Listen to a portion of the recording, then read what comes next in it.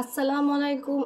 আশা করি আপনারা সবাই ভালো আছেন। আজকে আপনাদের সাথে একটা ইনডোর প্ল্যান্ট নিয়ে হাজির হয়ে গেলাম। এটা হয়তোবা কম বেশি সবাই আপনারা চিনে থাকবেন। এটার সায়েন্টিফিক নাম হচ্ছে রেড মাচেরা। আর এটাকে সবাই কম বেশি নার্সারিতে চায়না ডল হিসেবে কিন্তু চিনে থাকে। এটার আরও অনেকগুলো নাম আছে। তো এই গাছটা কিন্তু ইনডোর আউটডোর দুইভাবেই রাখা যায়। আপনারা যখন আউটডোরে রাখবেন তখন কিন্তু এটা টবে লাগাতে পারবেন না, এটা সরাসরি মাটিতে লাগাতে হবে। আর যখন ইনডোরে রাখবেন তখন টবে রাখতে পারবেন, কিন্তু ইনডোরে রাখলে এটা ডিরেক্ট সানলাইটে রাখতে পারবেন না, এটা ইনডাইরেক্ট ব্রাইট লাইটে রাখতে হবে। আপনি কোনো জানালার সামনে বা দরজার সামনে রাখতে পারেন যেখানে ব্রাইট সানলাইট আসবে। এই যে দেখুন এটার পাতাগুলো কত সুন্দর শাইনি। এটা হুট করে কেউ বাসায় যদি চলে আসে দেখলে মনে করবে এটা কোনো প্লাস্টিকের গাছ। এটার মেন সৌন্দর্য হচ্ছে এটার শাইনি পাতা। এই পাতাগুলো খুবই শাইনি। আর এই গাছটা হিউমিডিটি খুব পছন্দ করে, তার জন্য আপনারা চাইলে কিন্তু প্রতিদিন এটাকে এরকম মিস্টিং করে দিতে পারেন।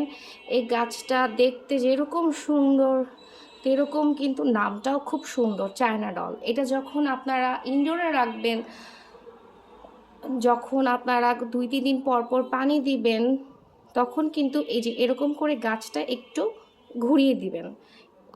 এরকম করে যদি না ঘুরিয়ে দেন তাহলে কিন্তু দেখা যাবে যে যেদিক দিয়ে সূর্যের আলো লাগছে সেদিকে গাছটা বেশি গ্রো করেছে, আর যেদিকে সূর্যের আলো লাগেনি সেখানে কিন্তু গাছটার তেমন কোনো গ্রোথ নেই। এই যে আমার গাছটা এদিকের গ্রোথটা বেশি ভালো, কারণ আমার গাছের এদিকে সূর্যের আলোটা বেশি পাচ্ছিল, আর এদিকের গ্রোথটা কিন্তু তুলনামূলক একটু কম।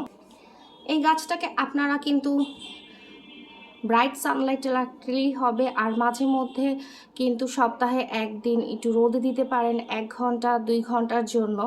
বা যখন বৃষ্টি হবে এরকম সময় কিন্তু বারান্দায় বা ছাদে নিয়ে রাখতে পারেন, যাতে গাছটা বৃষ্টি এনজয় করতে পারে।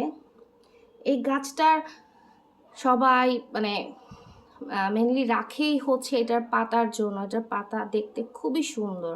আর আপনারা যদি এই গাছটাকে বুশি করতে চান তাহলে কিন্তু এই যে এখান থেকে টিপ কেটে দিবেন, পিঞ্চিং করে দিলেই কিন্তু গাছটা খুব বুশি হবে।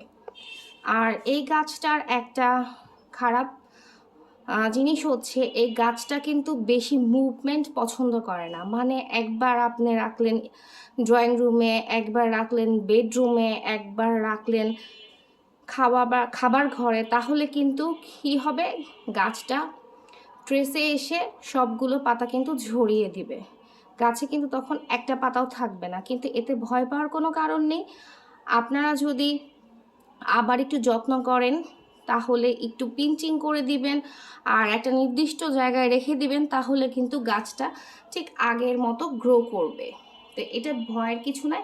তাই এই গাছটা যদি আপনারা বাসায় রাখতে চান অবশ্যই একটা নির্দিষ্ট জায়গা সিলেক্ট করে তারপরেই গাছটাকে রাখবেন, যাতে বারবার মুভ না করা লাগে গাছটাকে, আর যাতে গাছটার সৌন্দর্য বজায় থাকে। এই গাছটা খুবই লো মেনটেনেন্স। এটার মাটি তৈরি করতে আপনাদের 1 ভাগ বালি, 1 ভাগ যে কোনো সার, যেমন আমি ভার্মি কম্পোস্ট নিয়েছিলাম, আর 1 ভাগ গার্ডেন সয়েল দিয়ে মাটিটা তৈরি করতে পারেন। এই গাছটা অতিরিক্ত পানিও পছন্দ করে না, আবার খুব ড্রাইও পছন্দ করে না। মাটি ড্রাই হয়ে যাবে সেটাও কিন্তু পছন্দ করে না। হালকা ময়েশ্চার থাকবে মাটিতে, এটা কিন্তু পছন্দ করে। তো এই গাছটা আপনারা চাইলেই এখন কিন্তু সুন্দর ডেকোরেশনের জন্য বারান্দা, যাদের বারান্দায় কম লাইট পড়ে, কম সূর্যের আলো, তারাও রাখতে পারেন। ড্রয়িং রুম, খাবার রুম, শোবার ঘর, যে কোনো জায়গায়, অফিস, এইসব জায়গায় ডেকোরেশনের জন্য কিন্তু আপনারা ইজিলি এই চায়না ডল গাছটা বেছে নিতে পারেন। তো আজকে এই পর্যন্তই। ইনশাল্লাহ আবার কোনো ভিডিও নিয়ে আপনাদের সামনে হাজির হয়ে যাব। যদি আমার এই চায়না ডল ইনডোর প্ল্যান্টের ভিডিওটা ভালো লাগে অবশ্যই লাইক, কমেন্ট আর শেয়ার করে দিবেন।